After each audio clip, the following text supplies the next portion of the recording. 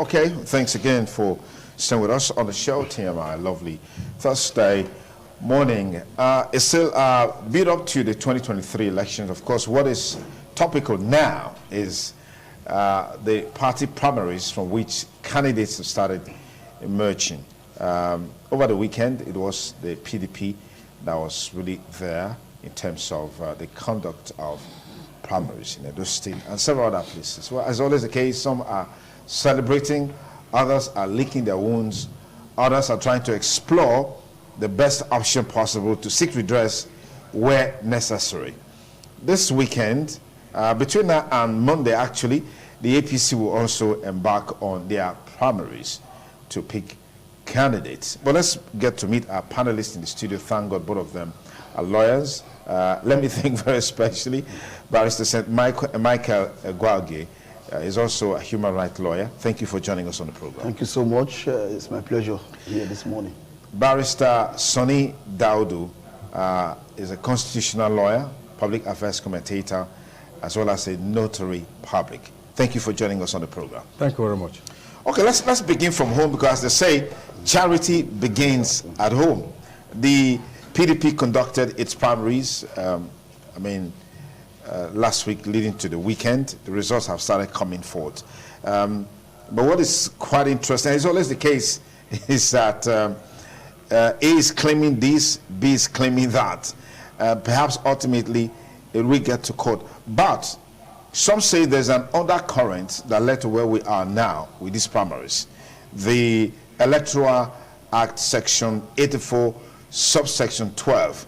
Though was amended, but wasn't assented to, even as we speak now, has not been assented to by Mr. President. Let me begin with you, Mr. Egwage. What's the question again? Talk to me about the Electoral Act Section 84, subsection 12, how it is influencing the conduct of these primaries, beginning with what happens in Edo State. And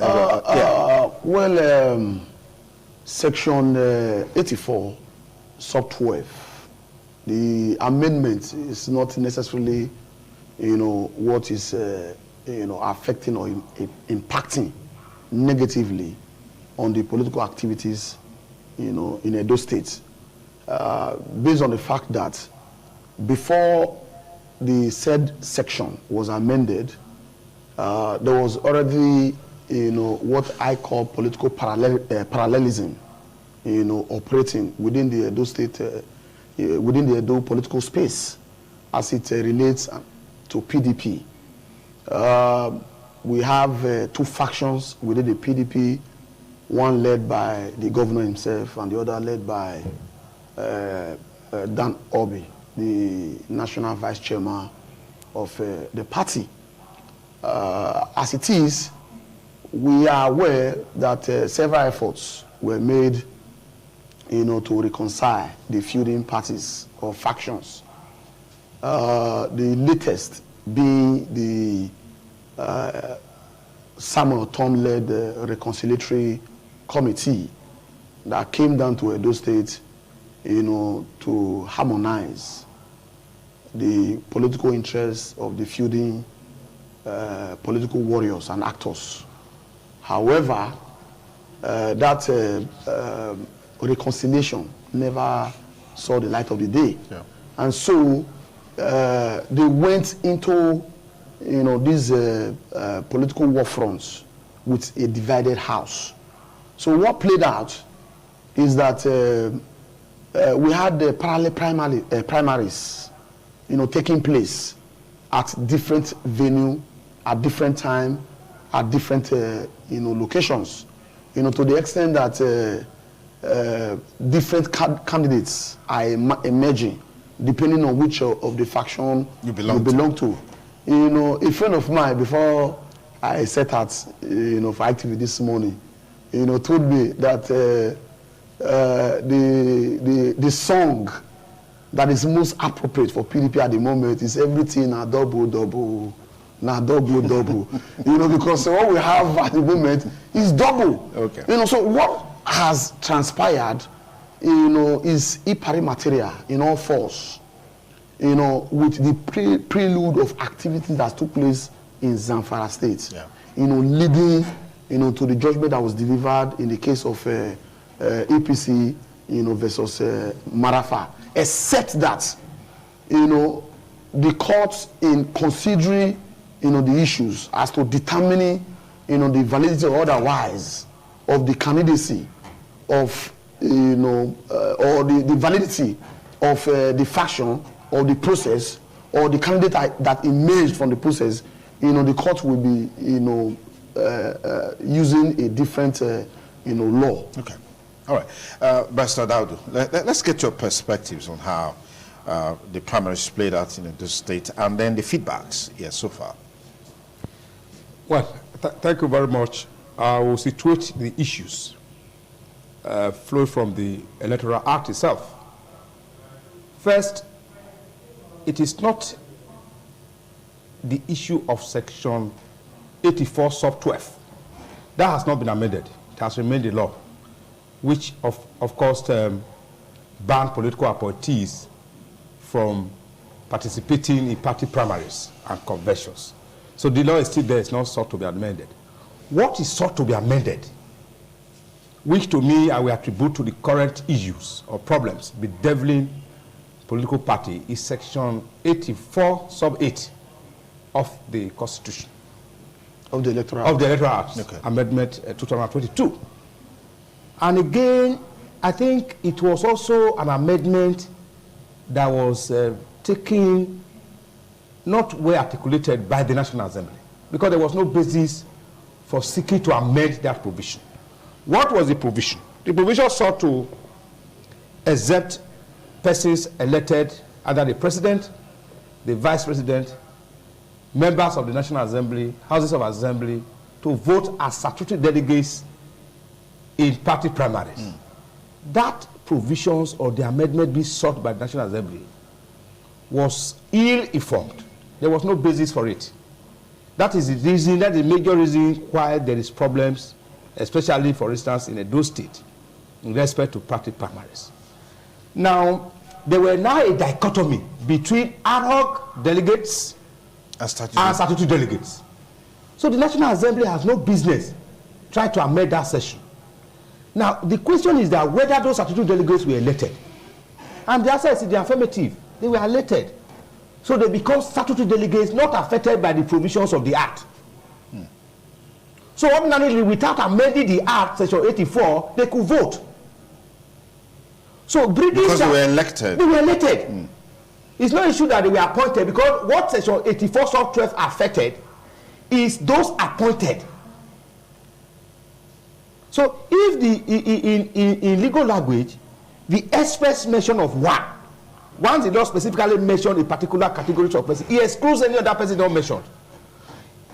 Being that the case, there was no basis for seeking to amend Section 84 sub 8 of the Act to bring in the members of the National Assembly, because they were elected also, and because statutory.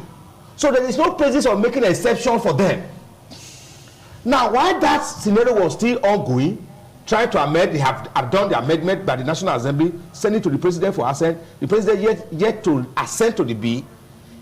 The PDP were ill-advised, with due respect, that on grounds of the amendment being sought, they can only now use the ad hoc delegates to conduct primary elections.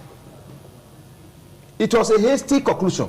Why do you say that? It would have been better that when a law says statutory delegates, it means the law have already recognized their existence. Statutory. It means that they are delegates recognized by law. Until the law who recognizes them, who make them statutory, is negative. Okay. Or repeal. Okay. They will remain statutory delegates, irrespective of what is contained in the provisions of the Electoral Act.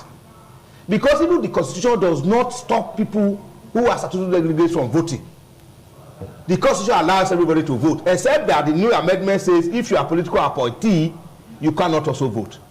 Now, if you go for, and be voted for. If you also go for that, if you want to, of course, dwell on that section, in Suto says so, the only political appointees that would have been affected by the amendment are political appointees who are also statutory delegates. And who are those category of persons? Former members of the House of Representatives or National Assembly, former members of the House of Assembly of a state. They are also statutory delegates by the act. That is either the party act, that is the PDP act. They are statutory delegates. Now they are affected by the amendment, event that if they are now political appointees, they cannot vote. So the amendment sought to be done by the National Assembly can only affect such categories of persons.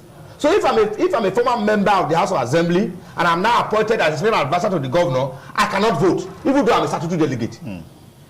Now that was what that section ought to cure. Yeah. And no persons who are elected, because if you go further, the amendment being sought now it also includes people who are National Working Committee of the party, and State Working Committee of the party, Local Government Working Committee of the party,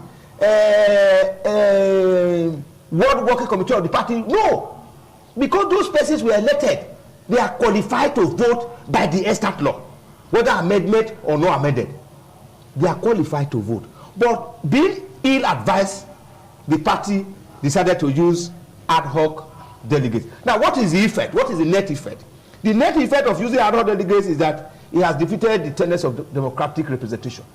If in the whole local government you say it's only 9 persons that can vote, for instance, who were elected 3 people per ward, and I'm contesting for House of Representatives where I'm going to serve. Wasn't this decision made by the national leadership of the party?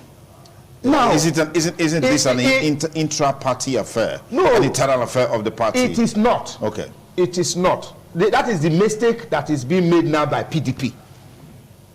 It is not. Because the Constitution of the Federal Republic of Nigeria supersedes the Electoral Act sought to be amended. So in anticipation of the amendment of the Electoral Act, it is not a ground to disqualify a person which the Constitution recognizes that he can vote.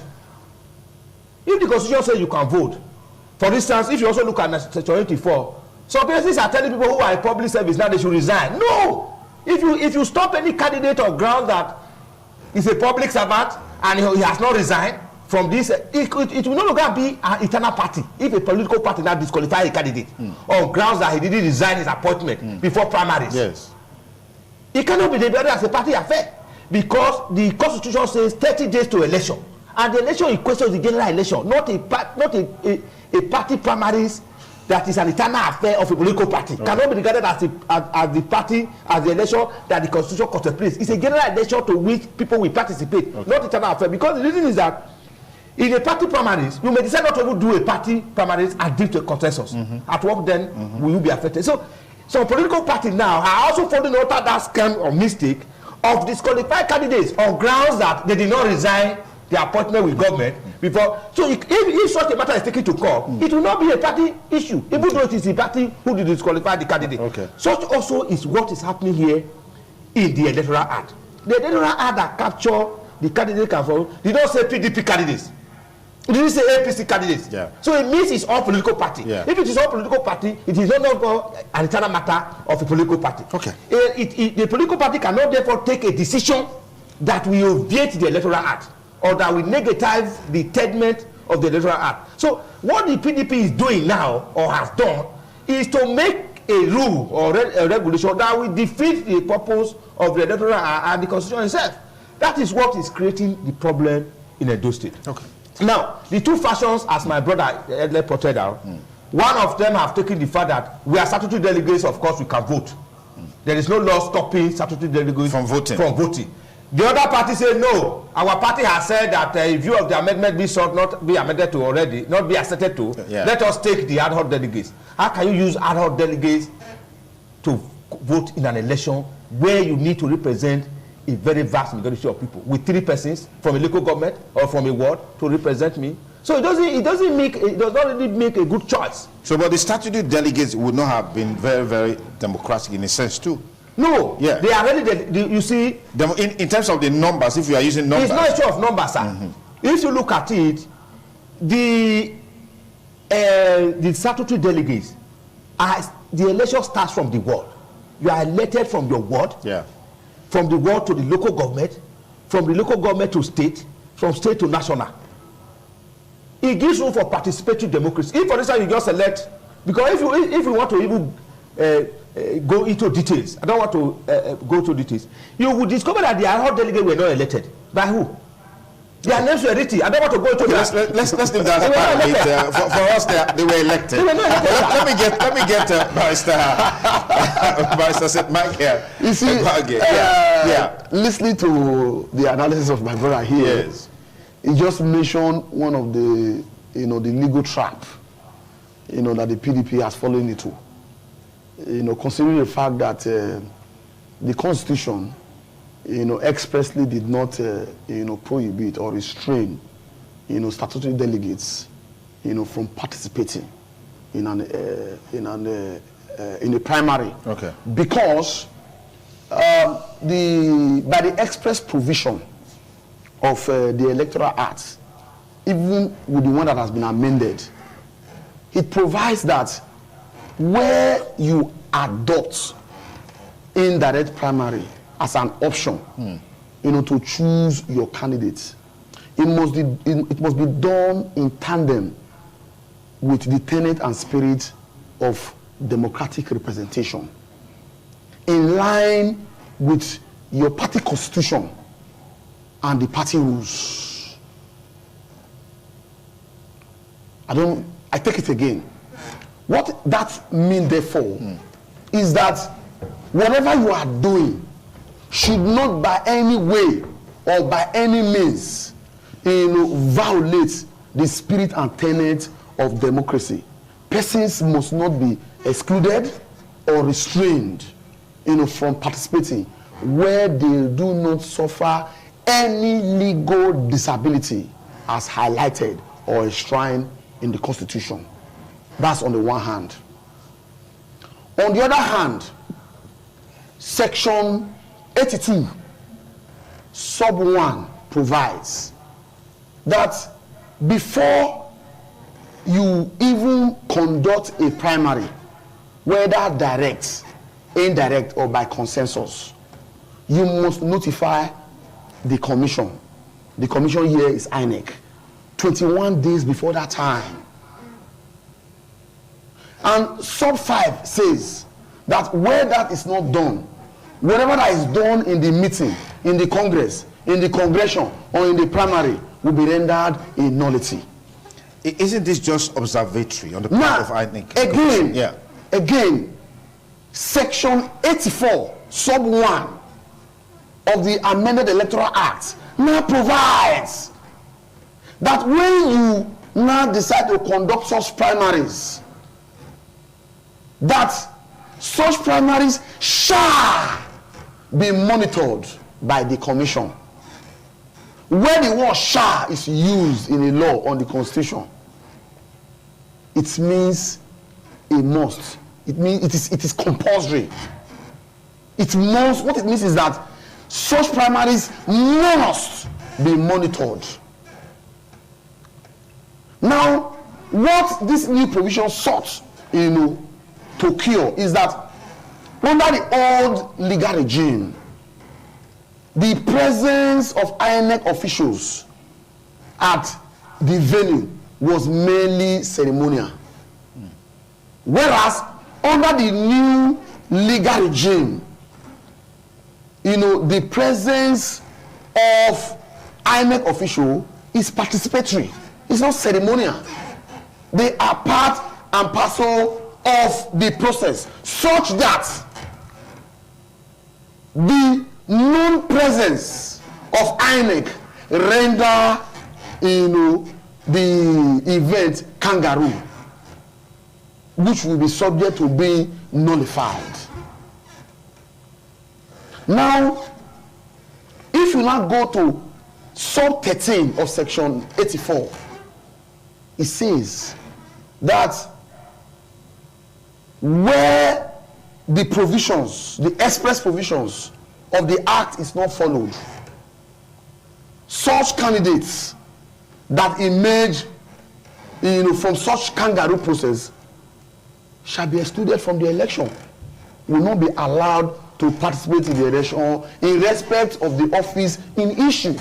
What it also means is that, therefore, is that INEC now has the power to exclude a candidate from participating in an election where they think that the process that throw you up the process leading to the emergence of your candidacy is fraught, with breach and violations of the express provisions of the Act.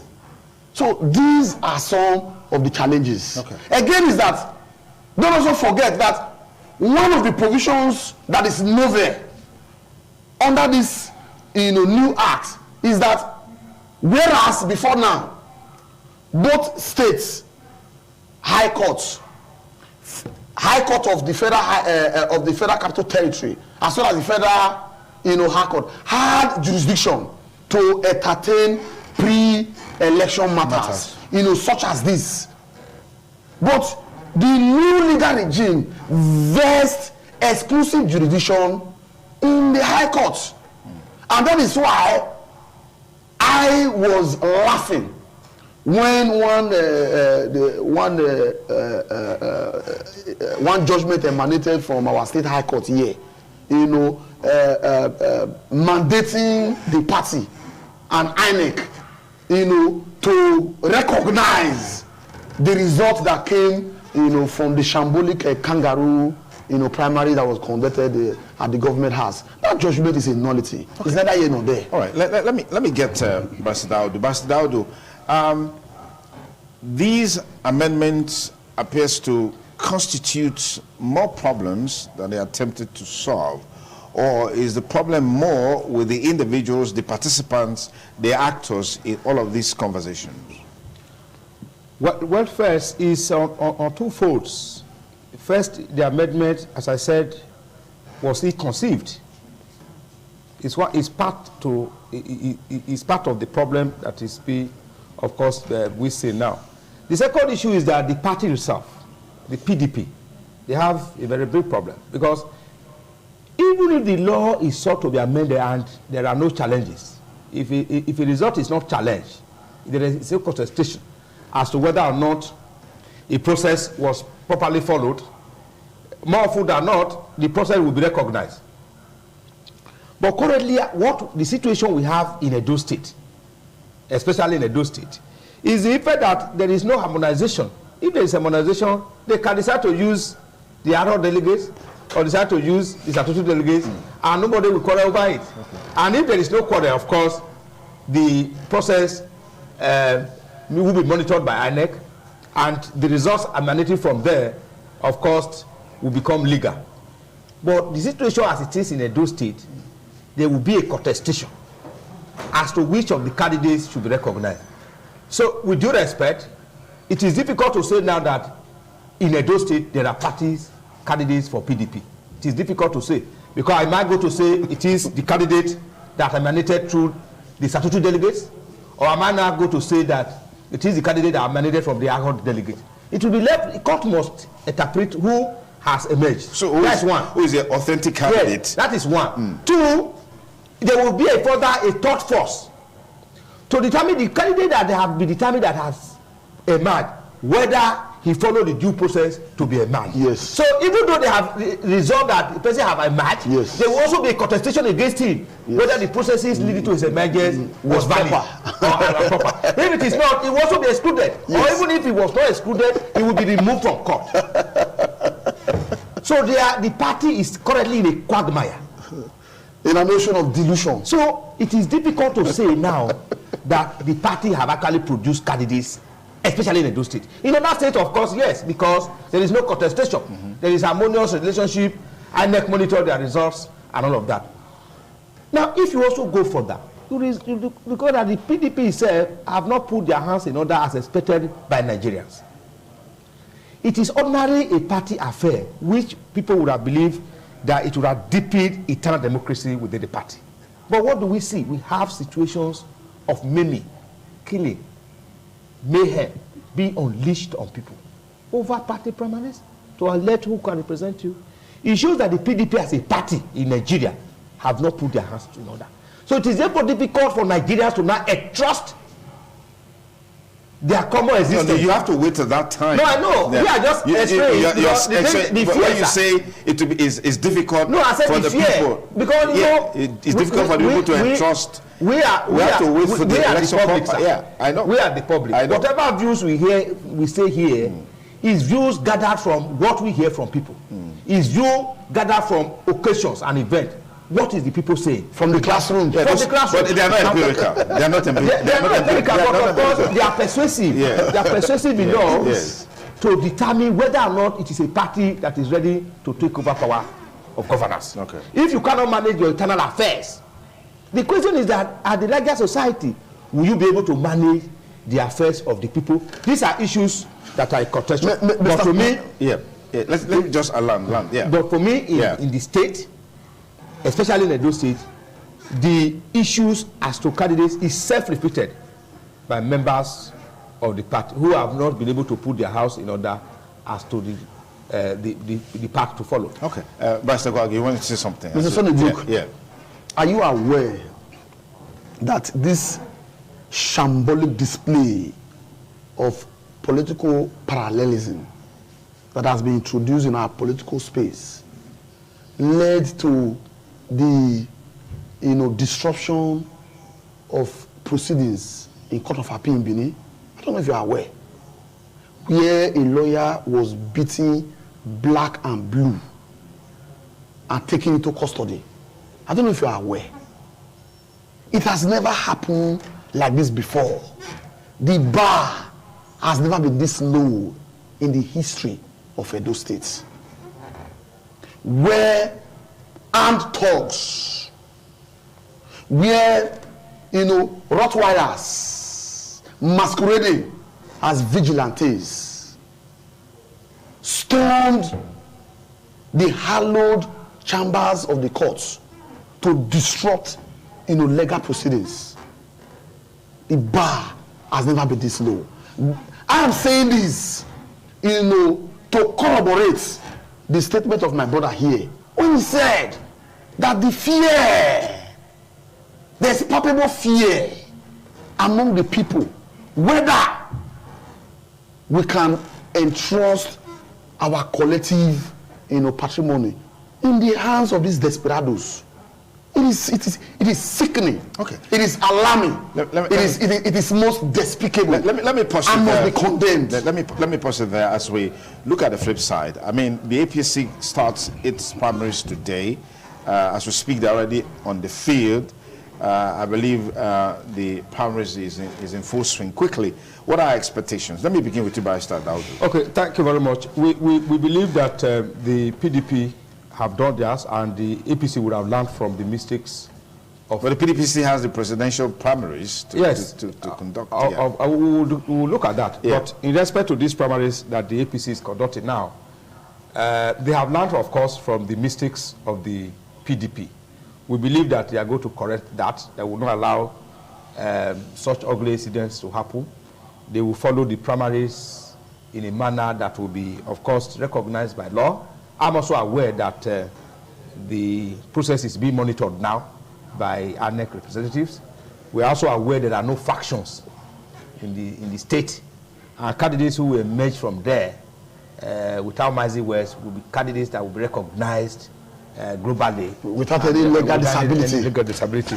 So they are going seamless as it were. Okay. But we hope that is sustained in respect to the practice primaries. We are hopeful that there will be positive outing. Yesterday, the news broke of Dr. Peter Obi resigning from the PDP and withdrawing from the presidential race. Were you shocked by that? I was shocked. Because that is why I was telling you that the party itself is now in disarray. The party actually have 3 candidates who could have flied the ticket. They include Peter Obi, Wike, and Saraki. Those are the only 3 categories that Nigerians can trust. But those who disagree with you, because there are about 15 presidential, whatever statement 15 presidential aspirants. I agree with you. Whatever statement I make with due respect is founded on a very rich ground. No, they are your opinions. No, not necessarily. They are your opinions. And it's entitled to them. And you're entitled to them. They are subjective too. Now, for you to allow a candidate of Obi to withdraw, he could have withdrawn for one reason or the other. But for you to allow him to go and pitch a tent with another political party shows that the party has no cohesion. Okay. All right, let me get the final word on this here because I'm running out of time. You see, I read one article written by Kasim Afegboa where he said that the handwriting on the wall is as clear as the biblical mene mene teke teke ifasi. That it's a done deal that Atiku is going to emerge. That the National Working Committee, as led by Iyorchia Ayu, is working to deliver Atiku. He also said in that article that as we speak, there are factions in PDP in several states. Edo State is one of them, Delta is one of them, Imo is one of them, Kano is one of them. What do you call it now? Several states. Several states. Okay. They have faction. Okay. That instead of the chairman to be working to resolve the issue, causing the disaffection and faction, he is taking sides. He is taking sides, including that of Edo State. So I was not shocked when I saw the news yesterday.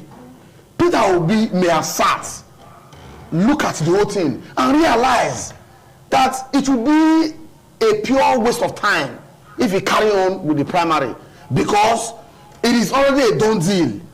It's fait accompli that Atiku is going to emerge. So instead of legitimizing the shambolic kangaroo, primary, that is going to take place, with his presence, it just better withdraw and seek another alternative platform. It's too hasty to describe the primary as shambolic and kangaroo, because people will participate, people will cast their vote. It's also too hasty to say a particular aspirant is guaranteed to emerge. We have to keep our fingers crossed so we don't speculate unnecessarily and wait for the primaries to take place. So to validate. Yes, no, I don't need you to validate. No. Don't validate what they are. Because it's in the arena of speculation. Yes, I'm not going to validate it. Yes. But let me tell you why these speculations are very cogent. Is that even the recognition of hard hoc to vote now, it was the hard work of Iyorchia Ayu. It's Iyorchia Ayu who gave the directive that you go and use that. Very correct. Through the National Organizing Secretary. Through the Organizing Secretary. It's contestable. Is it not contestable? You can't challenge it in court. No, they can challenge it because I'm saying that what is causing disaffection now is by Iyorchia Ayu. Iyorchia Ayu now is the most headache of that party. He takes sides. It's a liability to the party. Okay, let's not start casting aspersion because it's not here to defend himself on that. You need the party and not factions or candidates. Okay. What Iyorchia Ayu is doing now is he's leading candidates, not the party. Okay, let's pause it there, gentlemen. Thank you for your time. If I had more time, I would love to continue with this conversation because the energy is rising. Anyway, we'll take a short break. We'll be back with you with the rest of the show. TMI Thursday. Don't go away.